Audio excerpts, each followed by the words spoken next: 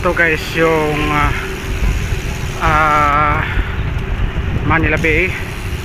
Every Sunday sinasara ito ni Mayor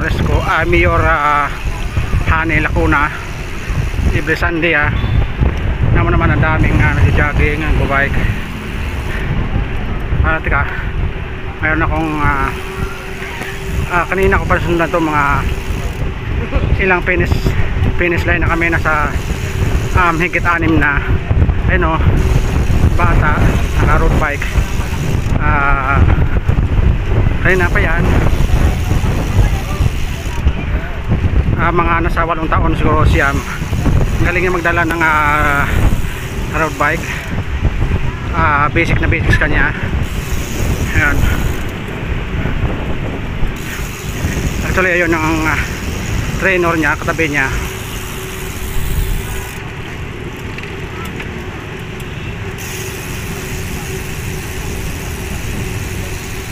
Okay. Ito yung overpass. Ayan. Yan yung Dolomite Beach Resort. Ayan.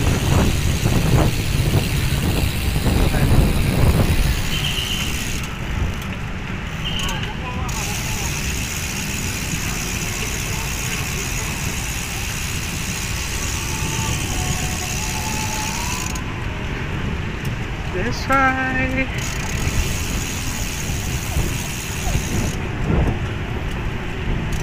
See you later.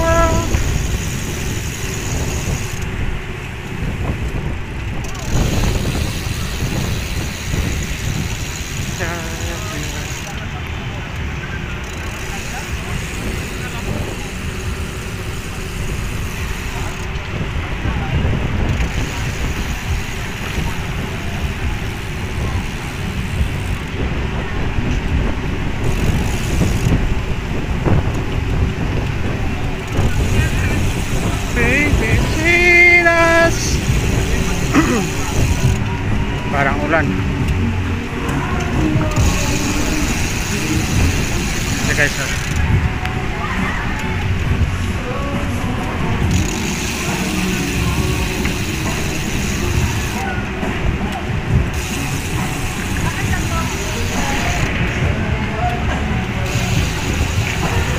actually guys, sila pala yun guys, yung mga players ng Dragon Boat. Dito po sila nag-exercise sa sa Rojas Boulevard mismo, nila sa kanilang area.